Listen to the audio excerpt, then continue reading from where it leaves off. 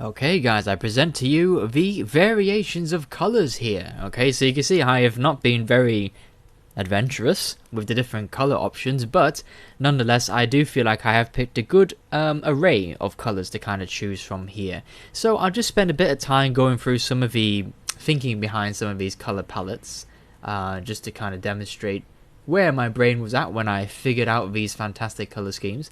Okay, so if I basically sort of declare to you now that these first three, let's mark them A, B, B and C, I have to admit these were all kind of conceived together.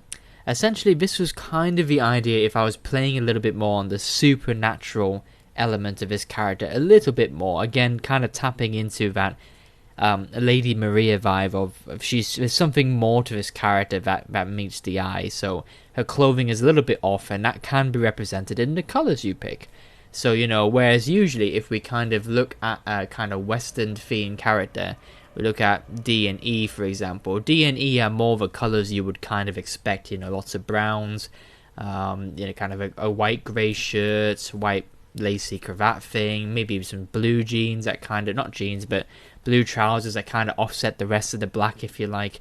But the A, B, and C kind of color schemes were chosen to be a bit more fantasy based, a bit more kind of, just a bit more liberty with the kind of color scheme. So she almost looks like she could be some kind of demon hunter or vampire hunter or something like that. So very much the idea that was the idea behind A, B, and C, hence the reflection of red.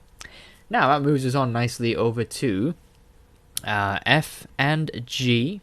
And F and G are essentially basically what I said to you in the last video, where I'll kind of keep the greys for the most part, but change the belts to be brown. But I took it a one step further and I changed the gloves and the boots to be brown as well, just to see what it would look like, you know. So kind of like the ends of her kind of costume, the gloves and the boots are brown, just to kind of accent the difference.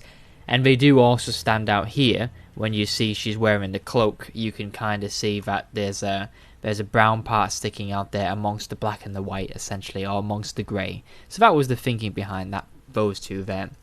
Now the next two, H and I, let's say, they are basically the greys. So everything is grey save for the belts. Okay, and that was just an idea, like I was saying to you in the last video. There can be some real strength in just keeping things shades of grey. However, I do feel like the character would benefit this time round from more than just greys and browns, so that these kind of two I'm not feeling so keen on. And that brings us over to J. Idea J that I'm going to mark in an equally wild yellow colour. Yellow vest. What was I thinking? Yes, I know, it doesn't make much sense. But I just thought, you know what? Let's just do a wild card. We'll throw a random colour out there. I happened to pick my favourite colour, which was yellow. And just see how it works. You know, if I colour a core component of the character yellow, what do I get? You know, it's always nice to kind of throw a wild card idea in there. So she's got white gloves, black boots, a kind of light blue shirt, navy blue trousers, and a yellow vest. Again, very kind of wild choices there. And I think this time it missed the mark a little bit. Not quite getting the feel for what I want. So in terms of, if you had to let me pick a character that I like or a colour scheme that I liked now, I think I'm definitely feeling A and B the most, although I'm also quite happy with C as well. The good news is that we don't have to commit wholeheartedly to any of these right now, because colour can change as far down as the texture stage.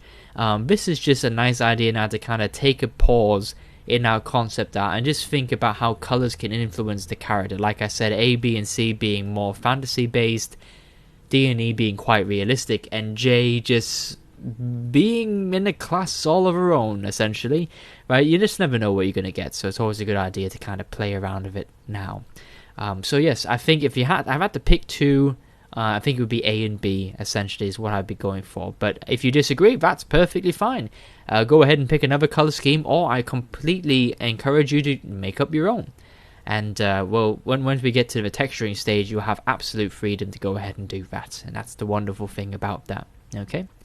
Alright, that's going to kind of close out this section here. The only thing I want to do now is kind of pull apart some of her accessories that she got, like her belt, some of the pouches, what her gloves and boots might look like, and just spend a few videos exploring those ideas a little bit more, so before we start kind of sculpting that detail in ZBrush, we have a stronger foundation other than just the kind of basic art that you see here. Okay, so I'm just going to spend the next couple of videos going through all that, and then that will round out the concept art part pretty well.